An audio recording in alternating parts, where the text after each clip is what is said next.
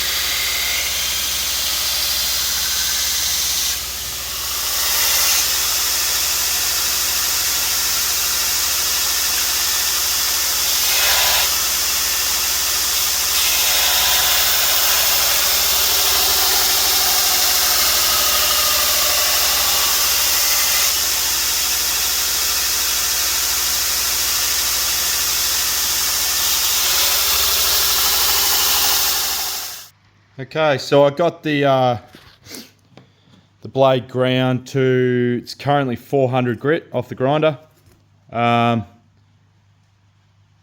It's about 0.1 of a mil thin at the edge there, which it's a little bit skinnier than I wanted it, but I'll just grind it back a little bit. So what I'm going to do now, I'm going to chuck it on the disc sander. Just flatten out any sort of any troughs that are in here, and then I'm going to take it back over to the belt grinder, just blend in this plunge a little bit here, just so you can't see any plunge lines at all. But yeah, it's coming along well. Hello.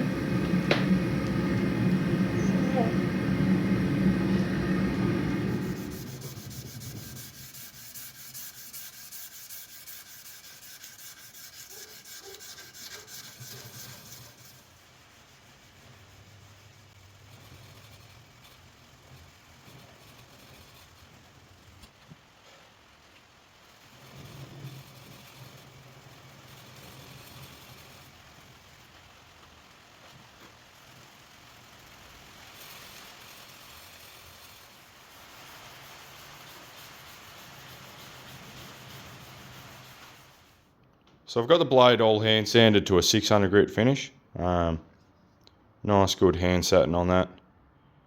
So that's essentially ready for etching. So I'll chuck some masking tape on this just to protect it for the rest of it.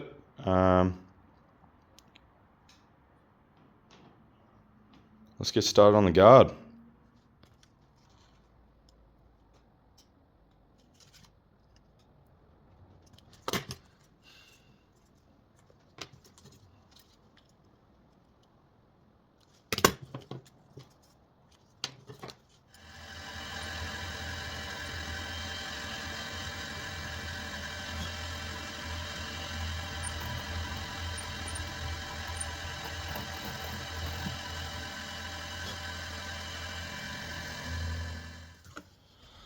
So I've milled out the guard to dimension.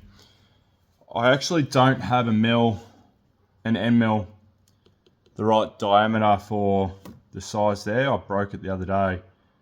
So I'm gonna have to go the old school needle files on this. But I milled out a relief on the back just so I'm not removing as much material.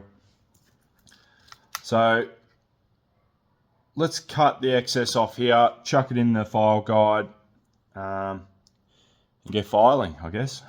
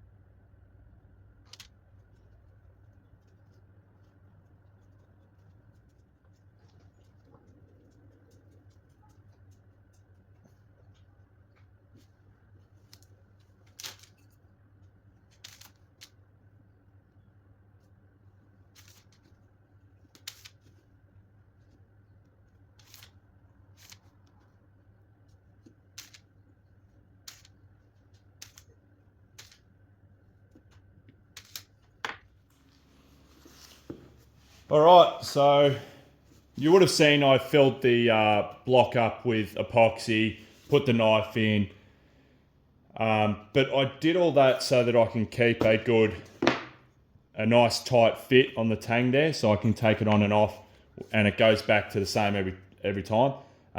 It doesn't move. It's bed really well. So what that's going to allow me to do, I cut out the template for my handle.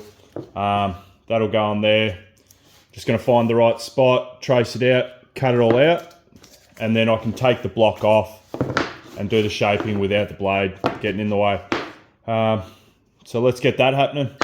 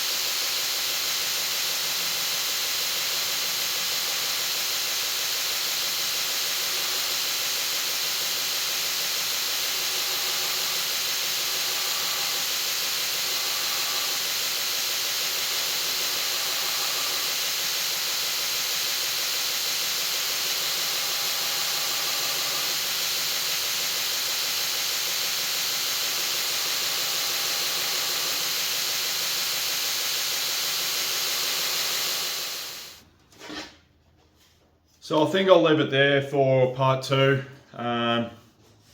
We got the handle rough shaped. I'm just going to clean up some of these lines with the file.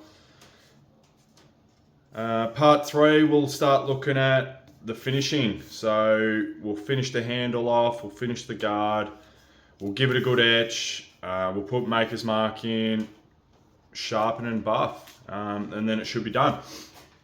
But it's coming up really well. I took this handle in a new direction, and I actually really like how it sits. A few little tweaks I got to do, just get rid of some of these hot spots, but yeah, no, I'm really happy with how this is coming out.